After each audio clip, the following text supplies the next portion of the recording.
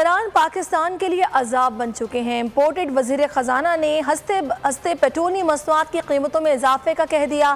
شہباز شریف نے دل پر پتھر رکھ کے روتے ہوئے سمری پر دستخط کر دیے۔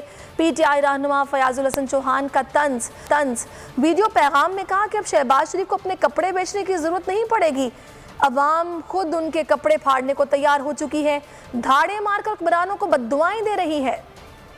امپورٹڈ حکومت کے کرائم منسٹر اور اس کے وزیر خزانہ نے آج ہنستے ہنستے اور مسکراتے پاکستان کی عوام کے اوپر تیسرا پیٹرول بم گرایا ہے۔ آج تیسری دفعہ پیٹرولیم مصنوعات ایک ہفتے کے اندر 25 روپے مزید مہنگی کر دی ہے، اور کرائم منسٹر شہباز شریف جو یہ کہتے تھے کہ میں اپنے کپڑے بیچ کے عوام کے مسائل حل کروں گا، تو اس 25 روپے کے اضافے کے بعد مجھے لگتا ہے کہ ان کو اپنے کپڑے نہیں بیچنے پڑیں گے، عوام ان کے کپڑے اتارنے کے لیے خود ہی ان کے پاس آ جائے گی، اور عوام جرأت کرے اور باہر سڑکوں پہ نکلے اور ان کو واپس اپنے گھروں میں۔